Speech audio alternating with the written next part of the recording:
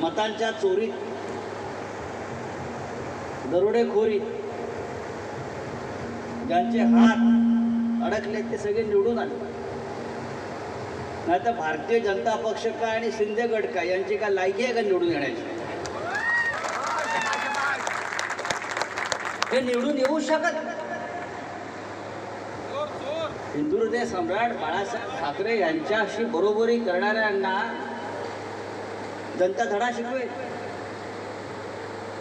म्हणे आमची शिवसेना. तुझ्या बापाने जन्म दिला काय शिवसेनेला? शिवसेनेचा बाप एकच आहे, हिंदू हृदय सम्राट बाळासाहेब ठाकरे. आणि त्या बाळासाहेब ठाकरेंनी शिवसेना सुपूर्द केली उद्धवजी ठाकरे यांच्याकडे. ती खरी शिवसेना. आता हे जे मिंदे गट वगैरे म्हणतात आम्हीच खरी शिवसेना, शिवसेनेच्या जन्माचा दाखला घेऊन या. तुम्ही कधी शिवसेना स्थापन केलीत? आता isakal.com आहे देशातील नंबर 1 ची मराठी न्यूज वेबसाईट. प्रत्येक अपडेटसाठी isakal.com ला नक्की भेट द्या. तुमचा बाप अमित शहा, त्यामुळे तुम्ही बिनबापाचे आहात. आमचा खरा बाप बाळासाहेब ठाकरे या शिवसेनेत. त्याच्यामुळे बाळासाहेब ठाकरे हे नाव जोपर्यंत शिवसेनेबरोबर आहे तोपर्यंत या शिवसेनेचा बालही कोणी बाका करू शकणार नाही. निवडणुका येतात, निवडणुका जातात. काल निवडणूक आयोगाकडे जाऊन आलो ना आम्ही. त्यांचा सगळा घोटाळा समोर ठेवला. त्याला बिन बापाचा ब्रह्मचारी बाप आणि त्याला घरामध्ये त्याच्या नावावर 100 पोरं मतदार, 100 मतदार. बापाचं लग्न झालेलं नाही. एक बाप असा आहे सांगलीमध्ये, त्याच्या घरामध्ये 90 मतदार आणि त्याची 14 पोरं एकाच वयाची.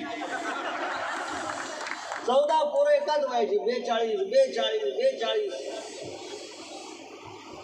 हा आपला निवडणूक आयोग. याने निवडणुका घेतल्या या पद्धतीनं.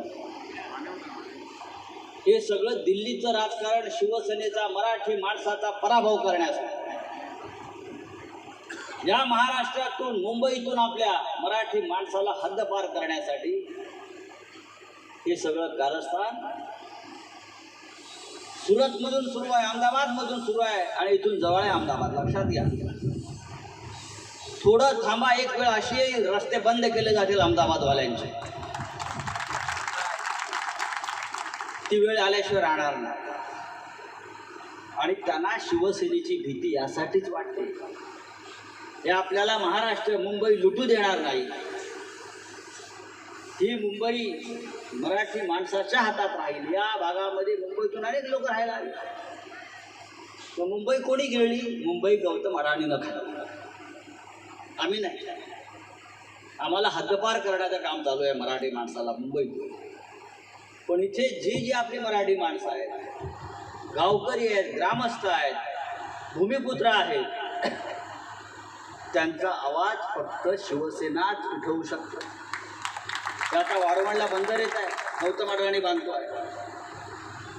जिंदालचा काहीतरी एक चालू आहे प्रकल्प. जिंदाल जमिनी घेणार आमच्या, अडाणी घेणार आमच्या जमिनी. मुंबईत धारावी घेतली अडाणी. हा महाराष्ट्र अडाणीचा महाराष्ट्र होऊ शकत नाही. हा महाराष्ट्र छत्रपती शिवाजी महाराजांचा आणि बाळासाहेब ठाकरेंचा महाराष्ट्र.